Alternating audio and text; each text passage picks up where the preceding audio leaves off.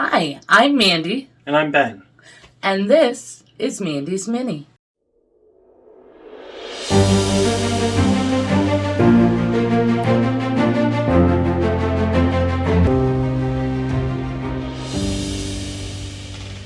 Hey everyone.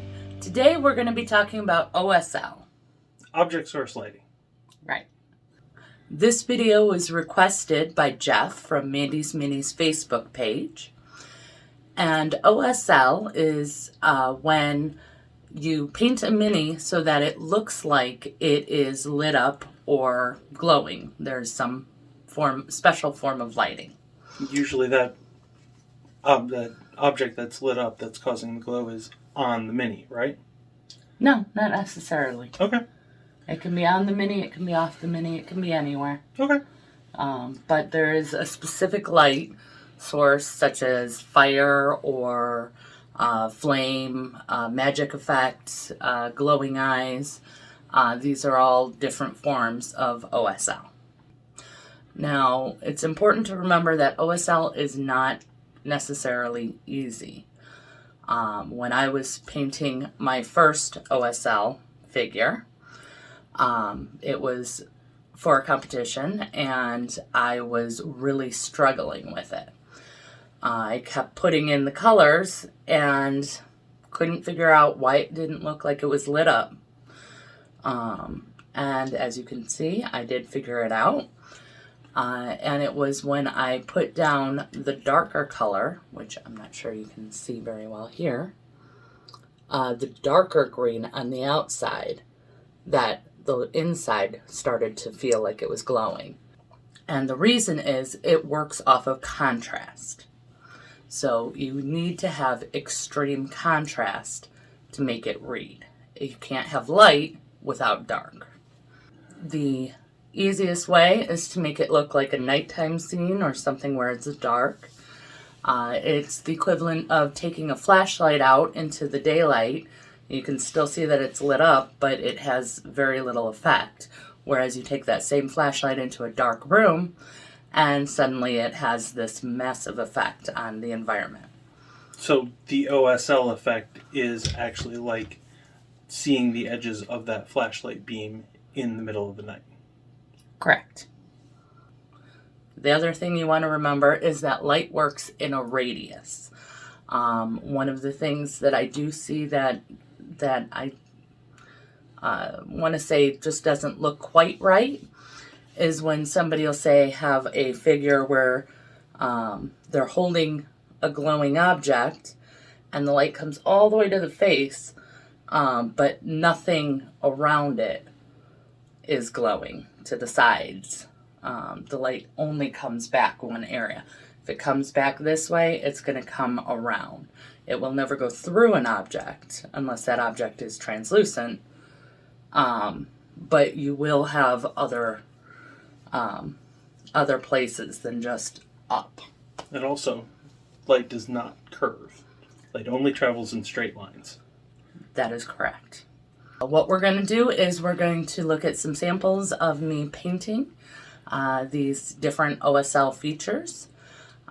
It is going to be broken down into multiple videos because there is so much information to cover. And I was requested to make them extremely thorough. So we're going to do that. And then Ben is going to, after watching all these tutorials and hearing the exact same information you're going to hear, paint his first OSL. OSL Trial by Fire. Also to clarify, Ben hasn't painted much in the way of anything. This will be my 5th mini. And one other thing that I do want to note before we really get started is that whatever you're painting over should already be painted. So you kind of want to do this as a last step because the light and therefore the colors are going to affect what's around it. So you want all of that base that would be underneath the light before you start.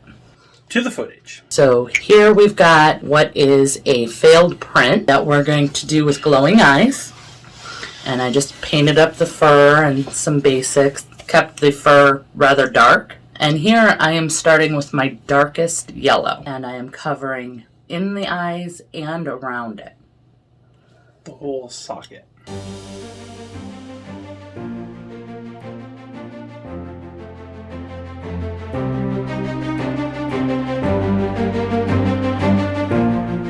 Okay. Now I am painting the inner color, and that is just the eye. I'm painting the whole eye, and that I'm doing with my brighter yellow, and of course a few little touch-ups.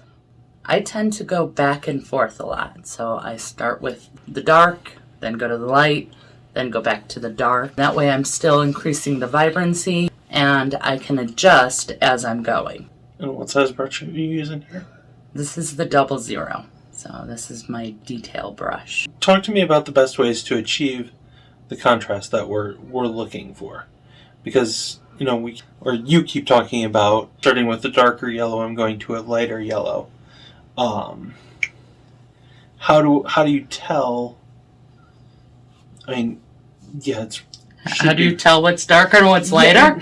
I'm sorry if you don't know that. You know what? No, because what I was looking for was more contrast on the model in general. So never mind. Continue on. We'll ignore that bit. Oh no, that's a fun bit. That's going in. Oh God. Thanks. Thank you for making me look stupid. Thank you for letting me make myself look stupid. Yeah. Yeah. Okay, and now I'm going to get a little bit of titanium white, and that is a heavy body acrylic. Really help make the white stand out and pop. And I'm just doing a dot at the very, very center. And anytime you're doing an effect where you have high contrast, NMM or OSL, the heavy body white just gives you so much more of a bright white and really helps sell the effect. It's always so easy to say, oh, just put a little dot in the center. Much harder to actually do it. The big deal about the contrast is, again, going to be the base, the undercoat, what it's painted as. So in this case, like I said, I did the dark fur. Mm-hmm. So that allows the white and the light yellow to really pop off of it because the fur is so dark.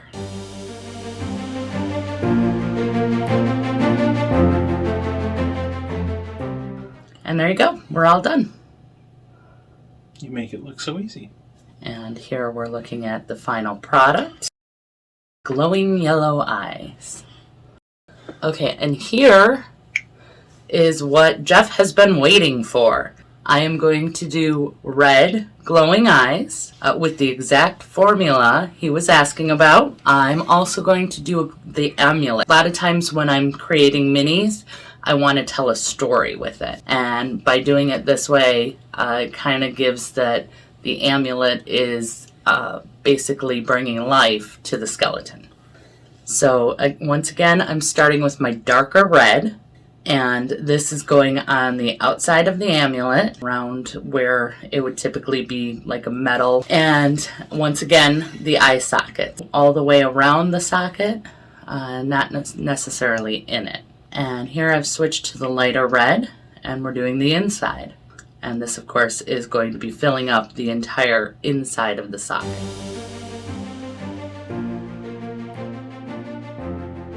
Now we're touching up the darker red.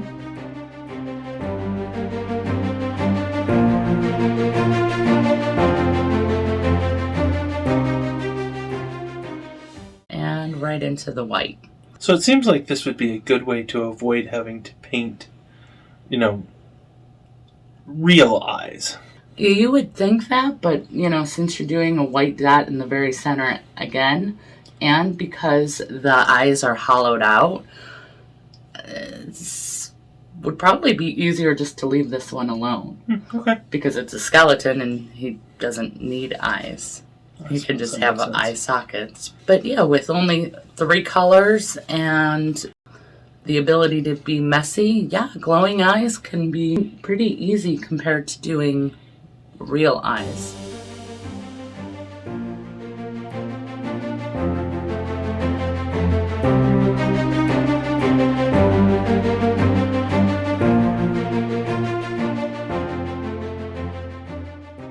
this is still at 300 speed. You can tell compared to some of the other OSL, like the runes or fire, it's much faster.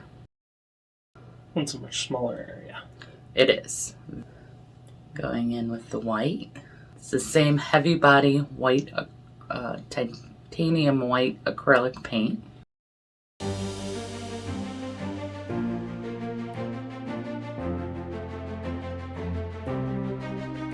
Once again, we're touching up the outside with the dark.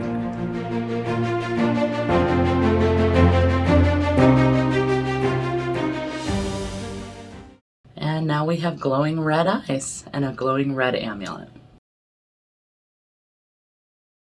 I have an obelisk, and I have painted one side of the obelisk dark and one side of the obelisk to be very light. And that way you can see that contrast between daylight setting OSL and darker setting OSL, and how in the darker setting the light seems to glow better. All we're doing here is putting down a first layer.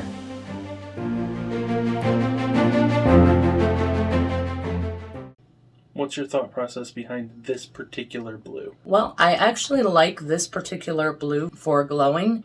Pastels work very well. I work a lot with the Reaper paints, and Reaper pastels are very good for making glow. They are nice and bright.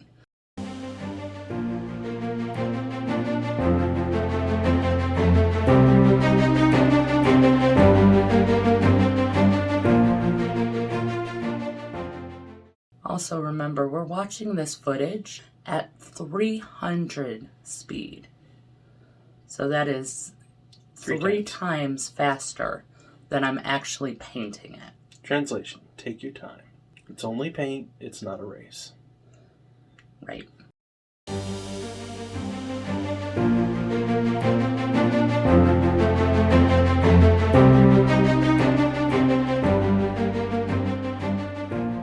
It's only paint has become a very strong motto in our house, because when I first started, I used to be scared of messing up the figures. And after I heard that, I kind of realized that if you mess up, you just cover it up. Just paint more.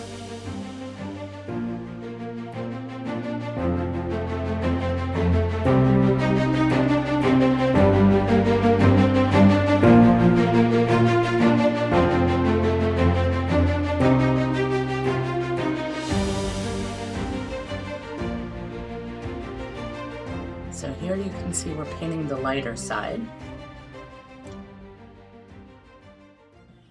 What I did was each step that I did on the dark side, I then flipped it over and did on the light side. So you know that when you see these images side by side, it is the same exact process. So I know that we said that OSL is more effective on a dark background. So given that starting point, could you, using different colors on a light background, have come up with a more vibrant effect, or not so much? I'm not sure I understand the question. If you had tweaked, on the light side, if you had tweaked the colors and not used the same colors that you were using for the dark side, could you have matched the effect? Could you have gotten the same effect that you got on the dark on the light using different colors? No. Okay. The idea of the OSL is the runes are supposed to be glowing, so they have to be lighter. The only way they're going to appear lighter is in contrast to something darker. So by removing that darker element, you're lessening the effect. Okay.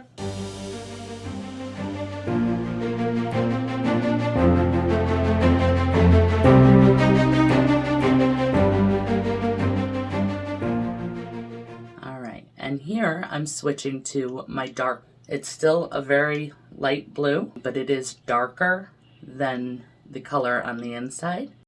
And that's going to, again, allow the brighter color to look even brighter. Because again, we're just darkening the surroundings. light tends to fade away as it gets out from the light source. And because of that, your colors should get darker as that light is fading. So we're only putting this around the outside of the light color. Correct. So, silly question. Why start with the light color? Why not paint the whole thing in the darker color, then do a smaller area in the light color? Personal preference. Okay. I tend to look at each project to see which way I think is going to be easier. Doesn't mean it's going to be easier, but it's my best guess. When things are inset, I find it easier to do the bright first and then the surrounding area later on or earlier, depending on what order we're releasing this. I will actually do it in a different order because for glowing eyes, I actually find it easier to start with the darker color. Okay. Now, it was also requested that I specify what brushes I'm using as well as the paint. As far as the brushes, I am using Winsor Newton Series 7. The large brush that I've been using is a number 2 round. Later on, I'm going to switch to actually a 00. And how important are the specific tools and colors? I think that, for me personally, the Winsor Newton is the best brushes I've found. I love the way they feel and react. Some other brushes I've found to be too floppy. Other brushes too stiff. So you got to find what you like. Now the same thing goes for the paint. I really get...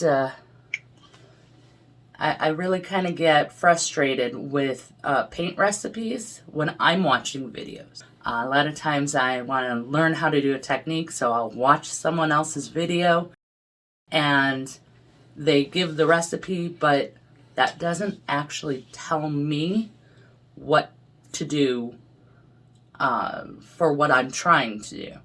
So I'm explaining this horribly.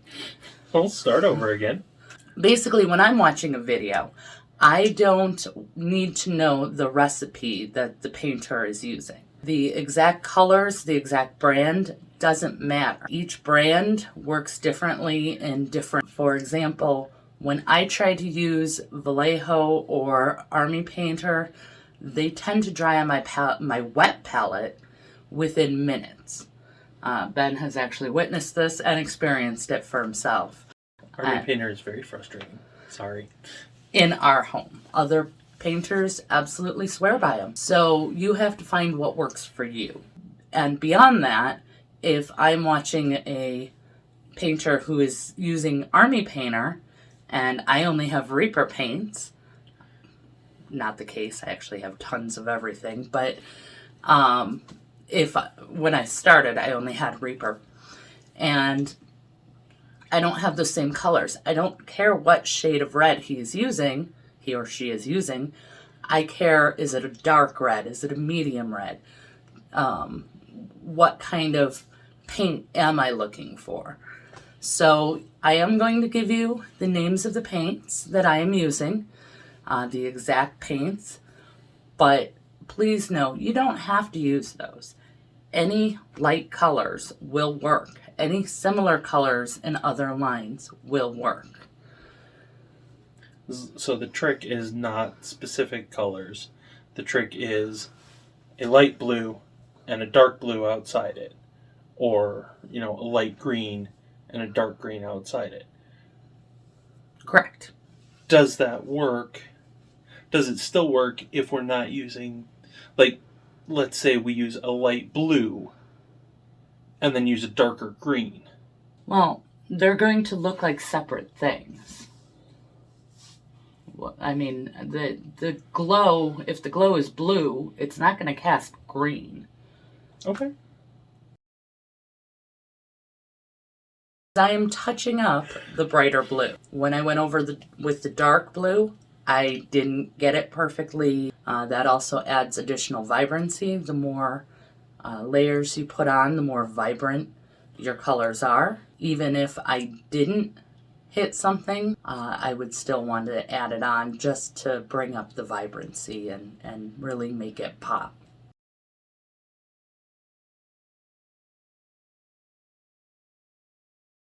And what's with the tapping?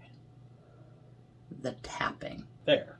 Oh, the wiping? Yeah, if I accidentally hit an area, I will try and wipe it off really quick before it sets. You can frequently, if you're quick enough, you can get a lot of mess ups cleaned up that way.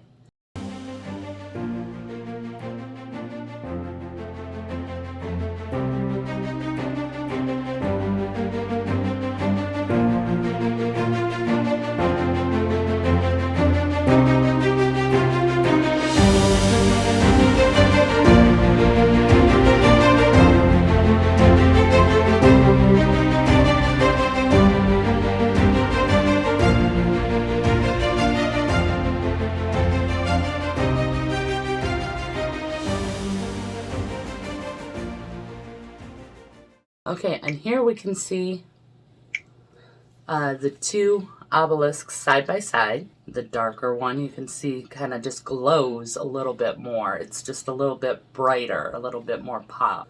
You can still see the glow on the lighter one, but it's just not as punchy. Defined. Yeah. They both look great though. Thank you. All right, so we're going to wrap it up here because there is still so much more footage and so much more information regarding OSL. So be sure to watch the next video on it, and we'll give you more details. Before you watch the next one, make sure to do all the algorithm things, like this one, subscribe, thumbs up. Like, subscribe, ring the bell. Ring the bell. Oh, and comment. Comments. Yes, comment. Tell us what we need to do better. Tell us what we did well. But look forward to our next one where I get to put everything you saw today into practice. You can watch me futz. In the meantime.